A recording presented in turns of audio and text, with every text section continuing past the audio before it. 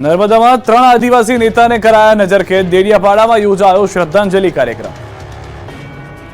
નર્મદામાં 2 આદિવાસી યુવકના શ્રદ્ધાંજલિ કાર્યક્રમ પહેલા દાવા પ્રમાણે આપના ધારાસભ્ય ચૈતર વસાવા, કોંગ્રેસના ધારાસભ્ય આનંદ પટેલ અને પૂર્વ નેતા વિપક્ષ સુખામ રાઠવાની નજરકેદ કરી લેવાયા। આ ત્રણેય નેતાઓ કેવડિયામાં આયોજિત શ્રદ્ધાંજલિ કાર્યક્રમમાં જવાના હતા, જેની જાણ પોલીસને થતા ત્રણેયની નજરકેદ કરી લેવાયા। જો કે ચૈતર વસાવાએ કેવડિયામાં શ્રદ્ધાંજલિ કાર્યક્રમની અને રેલીને મંજૂરી ન મળતા ડેડિયાપાડામાં શ્રદ્ધાંજલિ કાર્યક્રમ યોજ્યો। પોલીસે કેવડિયામાં મંજૂરી ન આપતા ડેડિયાપાડામાં જ શ્રદ્ધાંજલિ કાર્યક્રમ યોજાયો। લીમડા ચોક પર મૃતકોના ફોટા મૂકીને આપી શ્રદ્ધાંજલિ। ત્યારે સાંસદ મનસુખ વસાવાએ ચૈતર વસાવા પર પ્રહાર કર્યા। મનસુખ વસાવાએ કહ્યું કે ચૈતર વસાવા મૃતકના નામે રાજકારણ કરી રહ્યા છે, હીરો થવા માંગે છે, પણ હવે નહીં ચાલે। વડોદરાના સયાજીગંજ વિધાનસભા બેઠકના ધારાસભ્ય કેયુર રોકડિયાએ જાહેરમાં અધિકારીનો ઉધડો લઈ લીધો। બિલ્ડિંગ પ્રોજેક્ટના અધિકારી અનુપ પ્રજાપતિને જાહેરમાં સવાલ કર્યા। તેમણે કહ્યું કે નવી બિલ્ડિંગમાં રેઇન વોટર હાર્વેસ્ટિંગ સિસ્ટમ છે કે નહીં। અધિકારીએ ઇનકાર કરતા ધારાસભ્યએ જાહેરમાં નિયમ સમજાવી અધિકારીનો ઉધડો લઈ લીધો। આ ઉપરાંત બિલ્ડિંગમાં પાર્કિંગ અલગથી આપવા પણ ભાર મૂક્યો। જીડીસીઆરના નિયમ પ્રમાણે રેઇન વોટર હાર્વેસ્ટિંગ સિસ્ટમ હોવી જોઈએ તો કેમ નથી નાખી તેવો સવાલ તેમણે કર્યો। 2 કરોડના ખર્ચે વોર્ડ 1ની નવી ઓફિસ બની છે।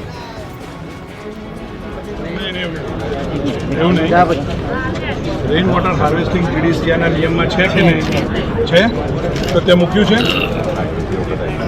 કેમ નહોતું લીધું, કેમ નથી લીધું? પણ જૂનું ટેન્ડર હોય કે ના હોય, જીડીસીઆના પાર્કિંગ માટે થોડું સીટ મળે અને પાર્કિંગ માટે પણ એક સીટ ના હા બનાવો એ બનાવી દો। સુરતી લાલાઓ, ઝોલાછાપ તબીબોથી બચીને રહેજો। નકલી તબીબોની હાટડીઓનો પર્દાફાશ। સુરતના વિવિધ વિસ્તારમાં બે રોકટોક ધમધમી રહ્યા છે ઝોલાછાપ તબીબોની હાટડીઓ। એસઓજીએ શ્રમિક વિસ્તારમાંથી 16થી વધુ બોગસ તબીબોને પકડ્યા હતા। જો કે કાર્યવાહીના થોડા દિવસમાં ફરી આ ક્લિનિક ધમધમતા થઈ ગયા છે। પાંડેસરા, બામરોલી સહિતના વિસ્તારોમાં દર્દીઓના સ્વાસ્થ્ય સાથે ખુલ્લેઆમ ચેડા થઈ રહ્યા છે। ન્યૂઝ 18 ગુજરાતીએ બની બેઠેલા નકલી મુન્નાભાઈને રિયાલિટી ચેક કરતા ચોંકાવનારી હકીકત સામે આવી। બીએચએમએસની ડિગ્રી ધરાવતા 500થી વધુ હોમિયોપેથિક તબીબો પોતાના ક્લિનિક ખોલીને બેઠા છે અને એલોપેથી ડોક્ટર તરીકે પ્રેક્ટિસ કરી રહ્યા છે। હોમિયોપેથિક તબીબોને ઇન્જેક્શન લગાવવાની કે બાટલા ચડાવવાની મંજૂરી નથી હોતી, તેમ છતાં નાના નાના દવાખાના ખોલી એલોપેથી તબીબની જેમ દર્દીઓને સારવાર આપી રહ્યા છે। ન્યૂઝ 18 ગુજરાતી આવા ક્લિનિકમાં પડતાલ કરવા પહોંચ્યું ત્યારે બની બેઠેલા તબીબ લાજવાના બદલે ગાજ્યા। ડિગ્રી વગર જ એલોપેથીની પ્રેક્ટિસ કરતા દેખાયા। અમારા સંવાદદાતાએ ગેરકાયદે પ્રેક્ટિસને લઈને સવાલ કર્યો તો તેનો ગુનો સ્વીકારી લીધો। જોકે તેમની દલીલ સાંભળશો તો માથું પકડી લેશો। દર્દીઓના સ્વાસ્થ્ય સાથે ચેડા કરતા કેટલાક તબીબો તો પોતાના દવાખાના બંધ કરીને રફુ ચક્કર થઈ ગયા। જોકે તેની ક્લિનિકમાં એલોપેથી દવાઓનો જથ્થો પણ મળી આવ્યો। કચ્છ જિલ્લામાં શિક્ષણ ખાડે ગયું। શાળા છે, વિદ્યાર્થીઓ છે, પણ શિક્ષક નથી અને શાળાને લાગેલા છે તાળા। શાળા છે, વિદ્યાર્થીઓ છે, પણ શિક્ષક નથી અને શાળાને લાગેલા છે તાળા। આ દુર્દશા છે કચ્છના એક ગામની। બાળકોને ભણવું છે પરંતુ તેઓ શિક્ષકની રાહમાં છે। વાત છે ભુજ તાલુકાના પાયરગા ગામની। આ ગામના લોકોએ વારંવાર રજૂઆત કરી છતાં અહીં શિક્ષકો નથી મુકાતા, જેના કારણે લાંબા સમયથી શાળા બંધ હાલતમાં છે અને બાળકો ભણ્યા વગર ટળવળી રહ્યા છે। પાયરકા ગામે બાળકોમાં ભવિષ્ય સાથે ચેડા થઈ રહ્યા હોય એવા દ્રશ્યો જોવા મળ્યા। બાળકો શાળાએ મારેલા તાળાની ચાવી લઈ શિક્ષકની રાહ જોઈ રહ્યા છે। શાળા લાંબા સમયથી બંધ હોવાથી સ્થાનિકોએ અનેક રજૂઆતો કરી, પરંતુ શિક્ષણ વિભાગ દ્વારા શિક્ષક મુકાતા નથી। સ્થાનિક કહી રહ્યા છે કે શાળા કોરોના કાળથી બંધ છે। તો આ ગામથી 10 કિલોમીટરના અંતરે આવેલા પીરવાડી ગામ, જ્યાં પાયરકાથી વિપરીત પરિસ્થિતિ જોવા મળી। અહીં ઓન રેકોર્ડ માત્ર 6 વિદ્યાર્થીઓ છે અને 2 શિક્ષકો નિયમિત શાળાએ ભણાવે છે, જેથી સમજી શકાય કે પાયરકા ગામે 16 થી 18 બાળકો છે અને એક પણ શિક્ષક નથી આવતા, જેથી શાળા બંધ છે અને પીરવાડીમાં 6 વિદ્યાર્થીઓને 2 શિક્ષકો દ્વારા ભણાવાય છે। તો આ તરફ શિક્ષણ વિભાગ અલગ જ રટણ કરી રહ્યું છે। જિલ્લા પ્રાથમિક શિક્ષણ અધિકારીએ જણાવ્યું કે પાયરકામાં પેટા વર્ગમાં ચાલે છે। તેઓ તો ત્યાં સુધી કહ્યું કે પાયરકાની શાળા રેગ્યુલર શાળા નથી। સમજણ જીવનમાંથી જાય તો જોવા જેવી થઈ જાય। આવું જ કંઈક થયું છે ખેડાના ચાનોર ગામની શાળામાં। સમયનો સદુપયોગ કરવાનું જ્ઞાન પીરસતા ગુરુઓ ચૂકી ગયા સમયનું ભાન કરાવતા શિક્ષકો ભૂલી ગયા ભાન। શાળાએ શિક્ષકો સમયસર પહોંચ્યા જ નહીં, જેથી ખેડાના ચાનોર ગામના વિદ્યાર્થીઓને શાળાની બહાર ગુરુજીની રાહ જોવી પડી। શાળા ખુલે તે માટે રાહ જોવી પડી। શાળાનો સમય સવારનો હતો। શાળા ખુલવાનો સમય એટલે કે સવારના 7:15 થઈ ગયા હોવા છતાં એક પણ શિક્ષક મહાશય દેખાયા નહીં। બીજી તરફ શાળાના ટાઈમે બાળકો આવી પહોંચ્યા, પરંતુ શાળામાં મારેલા હતા તાળા, કારણ કે શિક્ષકો સમયસર આવ્યા નહોતા અને વિદ્યાર્થીઓને રાહ જોવાની વારો આવ્યો। આમ તો શિક્ષકોનો આવવાનો સમય સવારે 7:15નો છે, છતાં પણ બાળકો 7:30 સુધી આવતા હોય છે, પરંતુ 7:45 થયા તેમ છતાં સરકારી પૈસે તાગડધન ના કરતા સરકારી જમાઈઓ ન તો આચાર્ય ફરક્યા કે ન કોઈ શિક્ષક। શાળામાં સમયસર શિક્ષકો ન આવતા હોવા અંગે અમે સ્થાનિકોને પૂછ્યું તો તેઓએ ચોમાસાનું બહાનું કાઢ્યું, પરંતુ અહીં સવાલ એ થાય કે શિક્ષકોને ચોમાસું નડ્યું પરંતુ વિદ્યાર્થીઓ કેમ સમયસર આવી પહોંચ્યા? તો આ સમગ્ર બહાનાબાજી વચ્ચે આખરે 7:51 એક શિક્ષિકા આવ્યા અને શાળાના તાળા ખુલ્યા. લગભગ 1 કલાકની રાહ જોયા બાદ વિદ્યાર્થીઓને શાળામાં પ્રવેશ મળ્યો. તો આ સમગ્ર મામલે અમારી ટીમ પહોંચી આચાર્ય પાસે. શાળાએ મોડા આવવાના આચાર્યએ આપેલા તુક્કા પણ હાસ્યાસ્પદ હતા. પાવાગઢના વિદ્યાર્થીઓ ગંદકીના કારણે નથી જઈ શકતા સ્કૂલે. બાળકોને ભણવું છે તો ક્યાંક શિક્ષકો નથી, ક્યાંક શાળા નથી, ક્યાંક શાળા અને શિક્ષકો બંને છે તો ભૂલકાઓ નથી. પરંતુ પાવાગઢમાં શાળા છે, શિક્ષકો પણ છે, ભણવા જવા માટે બાળકો ઉત્સાહિત પણ છે, પણ શાળાએ જવા માટેનો માર્ગ જ બિસ્માર છે.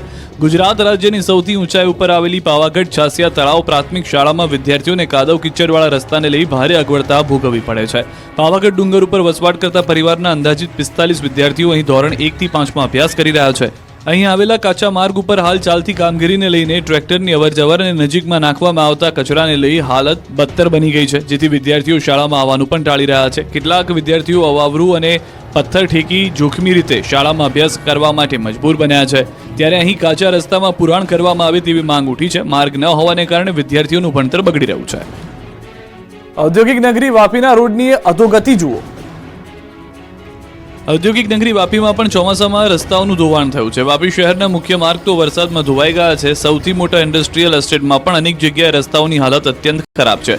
જીઆઈડીસીના ડુંગરા ગાર્મેન્ટ ઝોનમાં રસ્તા ઉપર મસમોટા ખાડા પડી ગયા હોવાથી ઉદ્યોગપતિઓને અહીં આવતી કંપનીઓમાં આવતા ભારે વાહનોને પણ મોટી મુશ્કેલીનો સામનો કરવો પડે છે. અનેક વખત અકસ્માતો પણ સર્જાય છે. ડુંગરા ગાર્મેન્ટ ઝોનમાં નાની મોટી 100થી વધુ કંપની આવેલી છે. અહીંની કંપનીઓમાં માલ સામાનની હેરફેર કરતા નાના મોટા વાહનોની સતત અવરજવર રહે છે. ચોમાસા પહેલાથી જ આ વિસ્તારમાં રસ્તાઓની હાલત ખરાબ હતી, પરંતુ ચોમાસા દરમિયાન અહીં રસ્તાઓનું મોટા પાયે ધોવાણ થયું. આથી કંપનીઓમાં આવતા મોટા વાહનોને ભારે નુકસાન થઈ રહ્યું છે અને અહીં અવરજવર કરતા 7000થી વધુ કામદારો પણ અવારનવાર અકસ્માતનો ભોગ બનતા આ રસ્તો જોખમી સાબિત થઈ રહ્યો છે. અહીંના ઉદ્યોગપતિઓ દ્વારા રસ્તાની ખરાબ હાલત અંગે તંત્ર સમક્ષ રજૂઆત કરી રસ્તા રિપેર કરવા માટે રજૂઆત કરી છે. તેમ છતાં તંત્ર દ્વારા કોઈ નક્કર કાર્યવાહી કરવામાં નથી આવી, જેથી 100થી વધુ કંપનીના લોકો મુશ્કેલીમાં મુકાયા છે. અમદાવાદનો હાટકેશ્વર બ્રિજ પડું અન્ય બ્રિજો પણ બીમાર. અમદાવાદના રસ્તાઓ જે નહીં પરંતુ બ્રિજ પણ ખખડધજ બની ગયા છે. અમદાવાદના કેટલાક બિસ્માર બ્રિજની પોલ ખુલી, ક્યાંક ગાબડા પડ્યા છે તો ક્યાંક બ્રિજના સળિયા દેખાય ગયા. કેટલાક બ્રિજ પરથી તો વાહન ચાલકો નીકળતા પણ ડરે છે. ચોમાસા દરમિયાન ધોધમાર વરસાદ ખાબકતા અમદાવાદના બ્રિજને માઠી અસર થઈ છે. જોકે કેટલાક બ્રિજ તો ઘણા સમયથી સમારકામ માંગી રહ્યા છે. અમદાવાદ શહેરના હાટકેશ્વર બ્રિજની હકીકત અને શાસ્ત્રી બ્રિજ બાદ શહેરના 32 જેટલા બ્રિજનું અમદાવાદ મહાનગરપાલિકા દ્વારા ઇન્સ્પેક્શન કરવામાં આવ્યું, જેની પર આગામી સમયમાં ટેન્ડર આપીને કામ પૂરા કરવામાં આવશે. સૌથી વધુ વિવાદાસ્પદ અને ચર્ચાસ્પદ એવું અમદાવાદનું હાટકેશ્વર બ્રિજ તો હવે પડું થઈ રહ્યો છે. ખોખલા બની ગયેલા આ બ્રિજ પર છેલ્લા 3 વર્ષથી વાહન વ્યવહાર બંધ છે, પરંતુ વાહન ન ચાલતા હોવા છતાં હાલમાં આ બ્રિજ બન્યો છે જોખમી. બ્રિજ પર મોટી સંખ્યામાં ગાબડા પડી ગયા છે. ચોંકાવનારી વાત તો એ છે કે હાલમાં બ્રિજનો એક ભાગ થોડો નમી પણ ગયો છે, જેથી બ્રિજની બાજુમાંથી પસાર થતા વાહન ચાલકો પર મોટું જોખમ આવી પડ્યું છે. આ બ્રિજને લઈને એક વિડીયો પણ વાયરલ થયો, જેમાં આ બ્રિજ નીચેથી પસાર થતા લોકોને સાવચેત રહેવા જણાવાયું. બીજી તરફ આ બ્રિજને તોડવા માટેની કામગીરી પણ ટલ્લે ચડી ગઈ હોય તેવું લાગી રહ્યું છે, કારણ કે બ્રિજને તોડીને બનાવવા માટે 4થી વખત ટેન્ડર બહાર પાડવામાં આવ્યું અને એ માત્ર એક જ પાર્ટીએ ભર્યું હતું. જો કે હાલમાં તો આ બ્રિજ ખોખલો બની જતા લોકોને ડર લાગી રહ્યો છે. અમદાવાદના અંડરબ્રિજોમાંથી નીકળતી વખતે ધ્યાન રાખજો, થઈ ગયા છે ખખડધજ. અમદાવાદના ઉસ્માનપુરાના અંડરબ્રિજના પણ હાલ બેહાલ છે. ચોમાસા દરમિયાન અહીં ખાડા તો પડ્યા છે, પણ સાથોસાથ વાહનો પછડાય એવી સ્થિતિ પણ થઈ ગઈ છે. અંડરબ્રિજની અવદશા કેમેરામાં કેદ થઈ. સટાસટ વાહનો પસાર થાય એવો અવાજ અહીં આવે છે. લોકોના વાહનો બ્રિજના સ્પાનમાં પછડાય છે. તંત્રનું ધ્યાન હોય કે ન હોય, પરંતુ ન્યૂઝ 18 ગુજરાતીના કેમેરામાં કેદ થતા દ્રશ્યો એ પણ સ્પષ્ટ બતાવે છે કે તંત્ર આ મામલે કેટલું ઉદાસીન છે. રોજના હજારો વાહનો જ્યારે આ રોડ પરથી પસાર થાય ત્યારે આ અવાજથી લોકો ડરી જાય છે. ઉસ્માનપુરા અંડરબ્રિજને પણ અમે ધ્યાનથી જોયું ત્યારે ખબર પડી કે અહીં તો બ્રિજ નીચે પોપડા ઉખડવા લાગ્યા. એટલું જ નહીં, બ્રિજમાં તિરાડો પણ જોવા મળી. રક્ષાબંધનને લઈને એસટી વિભાગ દ્વારા વધુ બસો દોડાવવામાં આવશે. પવિત્ર રક્ષાબંધનના તહેવારને લઈ પ્રવાસીઓનો ધસારો વધતો હોય છે, ત્યારે પ્રવાસીઓના ટ્રાફિકને પહોંચી વળવા માટે એસટી નિગમ દ્વારા વિશેષ વ્યવસ્થા કરવામાં આવી છે. એસટી નિગમના અલગ અલગ ડિવિઝનમાંથી એક્સ્ટ્રા સંચાલન કરવામાં આવશે અને અમદાવાદ, વડોદરા, સુરત અને રાજકોટ ડિવિઝનમાંથી વધારાની બસો દોડાવવામાં આવશે. ચાલુ વર્ષે 6500 એક્સ્ટ્રા ટ્રીપ સંચાલનને મૂકવામાં આવી છે. તેમજ તમામ ડેપોમાં સૂચના આપવામાં આવી છે કે પ્રવાસીઓની ટ્રાફિકને પહોંચી વળવા માટે પ્રવાસીઓની જરૂરિયાત મુજબ બસ દોડાવવામાં આવે. જેથી એસટી નિગમ દ્વારા પ્રવાસીઓની સારી સુવિધા આપવા માટે સજ્જ બની છે. ચાલુ વર્ષે નિગમ દ્વારા 17 ઓગસ્ટથી 20 ઓગસ્ટ સુધી રક્ષાબંધનના તહેવારો દરમિયાન એસટી નિગમ દ્વારા અંદાજિત 6500 જેટલી એક્સ્ટ્રા ટ્રીપોનું સંચાલન કરવાના છે. અમદાવાદ, વડોદરા, સુરત, મહેસાણા, રાજકોટ, જામનગર સહિતના ડિવિઝનમાંથી ટ્રાફિક પ્રમાણે એક્સ્ટ્રા ટ્રીપનું સંચાલન કરવામાં આવશે. રાજ્યમાં ઓક્ટોબર સુધીમાં વંદે ભારત ટ્રેન બાદ હવે વંદે મેટ્રો પણ દોડશે. રાજ્યની સૌપ્રથમ વંદે મેટ્રો સાબરમતી આવી. વંદે ભારત એક્સપ્રેસની જેમ રેલવે 200 થી 300 કિલોમીટરના અંતરમાં આવતા બે શહેર વચ્ચે વંદે મેટ્રો ટ્રેન શરૂ કરશે. પહેલી વંદે મેટ્રો ટ્રેન અમદાવાદના સાબરમતી રેલવે સ્ટેશન આવી ગઈ છે. ટ્રેનની મહત્તમ સ્પીડ કલાકના 100 થી 130 કિલોમીટરની રહેશે. હાલ લગભગ અલગ અલગ શહેરો વચ્ચે વંદે મેટ્રો દોડાવવાનો ટ્રાયલ ચાલી રહ્યો છે. રાજ્યની પહેલી વંદે મેટ્રો ટ્રેનનો ટ્રાયલ રન અમદાવાદ ભુજ વચ્ચે કરવામાં આવશે. ટ્રાયલ સફળ થયા પછી ઓક્ટોબર સુધીમાં આ રૂટ પર ટ્રેન દોડતી થઈ જાય તેવી શક્યતા છે. જોકે ટ્રેનનું ભાડું કેટલું રહેશે તે અંગે હજુ સુધી કોઈ નિર્ણય લેવામાં આવ્યો નથી. સાબરમતી રેલવે સ્ટેશને આવી ગયેલી વંદે મેટ્રોની પ્રાથમિક ચકાસણી કર્યા બાદ ટ્રાયલ હાથ ધરાશે. 12 કોચની વંદે મેટ્રો ટ્રેનના દરેક કોચમાં સીસીટીવી કેમેરા ગોઠવવામાં આવ્યા છે. પેસેન્જરો માટે આરામદાયક સોફા જેવી બેઠક વ્યવસ્થા છે.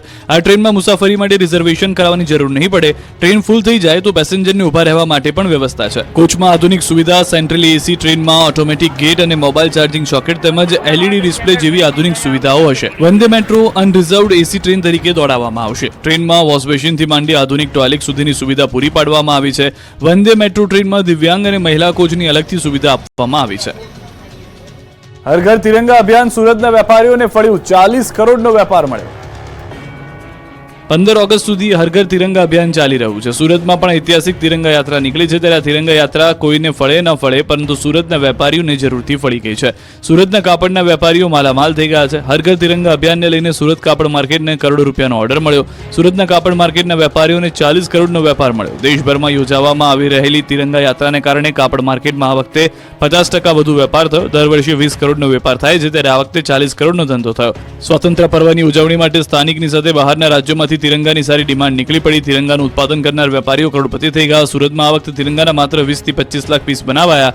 અભિયાનની વહેલી શરૂઆત થઈ હોત તો 3 કરોડ તિરંગા ઝંડા બનાવવાનો ઓર્ડર મળ્યો હોત.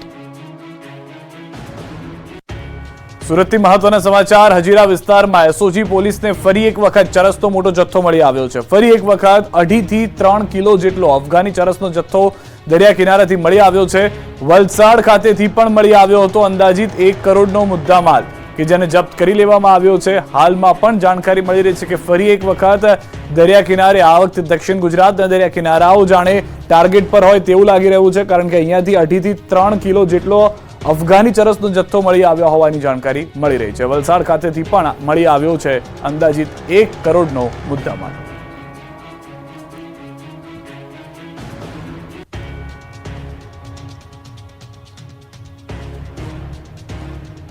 તો હજીરા નજીકથી ચરસ મળ્યું છે. આ પેકેટ આપ જોઈ રહ્યા છો કે જે અલગ કંપનીના નામના પેકેટ હોવાની જાણકારી છે. તેની અંદરથી આ મુદ્દામાલ મળી આવ્યો છે. વલસાડના દરિયાકાંઠે નશાનો કારોબાર. ડુંગરીના દરિયાકાંઠેથી વધુ ચરસના પેકેટ મળ્યા. ચરસના વધુ 21 પેકેટ મળતા ખળભળાટ. ગઈકાલે ઉદવાડાના દરિયા કિનારેથી ચરસના 10 પેકેટ મળ્યા હતા. અત્યાર સુધીમાં જિલ્લાના દરિયા કિનારેથી 5 કરોડ 87 લાખના રૂપિયાના ચરસના પેકેટ મળી ચૂક્યા છે. વધુ પેકેટ મળતા જિલ્લાભરની પોલીસ દોડતી થઈ છે. દરિયા કિનારે હાથ ધરાયું છે સઘન પોલીસ ચેકિંગ. ધરમપુરના ધોધે સ્થાનિકોના ધંધા કર્યા ધમધમતા. હરિયાળી નિહાળવા ઉમટી જનતા. વલસાડ જિલ્લાના છેવાડે આવેલા આદિવાસી વિસ્તાર એવો ધરમપુર અને કપરાડા તાલુકો વિકાસની દ્રષ્ટિએ પછાત માનવામાં આવે છે. જોકે કુદરતી તાલુકાઓને છૂટા હાથે કુદરતી સૌંદર્ય બક્ષ્યું છે. ચોમાસામાં પહાડોથી ઘેરાયેલું ધરમપુર અને કપરાડા તાલુકામાં કુદરત સોળેકળાએ ખીલી ઉઠી છે. વરસાદ બાદ પ્રકૃતિ ખીલી છે. અહીંના જંગલો અને પહાડોમાંથી નીકળતા નાના ઝરણા અને નદીઓ પણ ખળખળ વહી રહી છે. તો ક્યાંક ઝરણાઓની સાથે સાથે ધોધ પણ આકર્ષણ જમાવી રહ્યો છે. આમ તો આ સમગ્ર વિસ્તારમાં અખૂટ સૌંદર્ય ભર્યું છે. જોકે ધરમપુરના જંગલોમાં આવેલ ધોધ પર્યટકોને આકર્ષી રહ્યા છે. પર્યટકોના સૌથી મનપસંદ સ્થળમાં એક એવું ધરમપુરના બિલડી પુલ નજીક વહેતા ઝરણા અને જાણીતા 2 જોડિયા ધોધ એવા સોના રૂપા ધોધ પર્યટકો માટે માનીતા સ્થળ છે. બિલપુડી ગામના છેવાડે પહાડોની વચ્ચેથી વહેતા ઝરણાને લઈને ખૂબસૂરત ધોધ બને છે. પહાડોથી નીકળતા ઝરણાને કારણે સર્જાતા સોના રૂપા ધોધના સૌંદર્યને માણવા રોજ મોટી સંખ્યામાં પર્યટકો આવે છે. આ ધોધ અને ઝરણાઓમાં નાહીને લોકો કુદરતી સૌંદર્ય પણ માણે છે. તો કૃત્રિમ વોટર પાર્કમાં ઊભી કરવામાં આવેલી રાઇડથી પણ વધુ મોજ મસ્તી મન ભરીને અહીંના ઝરણાઓ અને ધોધ નીચે નાહવાનું લોકો પસંદ કરે છે. સ્થાનિક લોકો માટે આ જોડિયા ધોધ આસ્થાનું પણ કેન્દ્ર છે. અહીંના લોકો આ જગ્યાને આદિવાસીઓની કુળદેવી માનતા માવલી માતા તરીકે માને છે. આ ધોધના સ્થળ પર અહીંના લોકો પૂજા અર્ચના કરે છે. આથી આ સ્થળનો વિકાસ કરવામાં આવે તેવી લોકોની માંગ જોવા મળી રહી છે. બારડોલી તાલુકાનો હરિપુરા કોઝવે પાણીમાં ગરકાવ, 15 ગામની વધી મુશ્કેલી. દક્ષિણ ગુજરાતની જીવાદોરી સમાન ઉકાઈ ડેમમાંથી સતત પાણી છોડાતા બારડોલી તાલુકાના હરિપુરા કોઝવે પાણીમાં ગરકાવ થઈ ગયો છે, જેથી 15થી વધુ ગામોનો બારડોલી મુખ્ય મથકથી સંપર્ક કાપવામાં આવ્યો છે. ઉકાઈ ડેમની પૂર્ણતઃ સપાટી 345 ફૂટ છે. હાલ ઉકાઈ ડેમનું લેવલ 335 મેન્ટેન કરવા માટે ઉકાઈ ડેમમાંથી સતત પાણી છોડવામાં આવી રહ્યું છે. ઉકાઈ ડેમના ઉપરવાસની અંદર આવેલ હાથનુર તેમજ પ્રકાશા ડેમમાંથી પાણી છોડાતા ઉકાઈ ડેમમાં પ્રતિ કલાક પાણીનો વધારો જોવા મળી રહ્યો છે, જેને પગલે નદી બે કાંઠે વહેતી જોવા મળી. બારડોલી તાલુકાના હરિપુરા કોઝવે પાણીમાં ગરકાવ થતા સામે પાર આવેલા 12 થી 15 ગામો મુખ્ય મથકથી સંપર્ક વિહોણા થઈ ગયા છે. સામે આવેલા ગામો પૈકી ગોદાવાડી, ખંજરોલી, ઉનકોસાડી જેવા ગામો સંપર્ક વિહોણા થતા વિદ્યાર્થીઓ તેમજ નોકરિયાત વર્ગોની બારડોલી આવવા માટે 25 કિલોમીટર ચક્રાઓ ફરીને આવવાની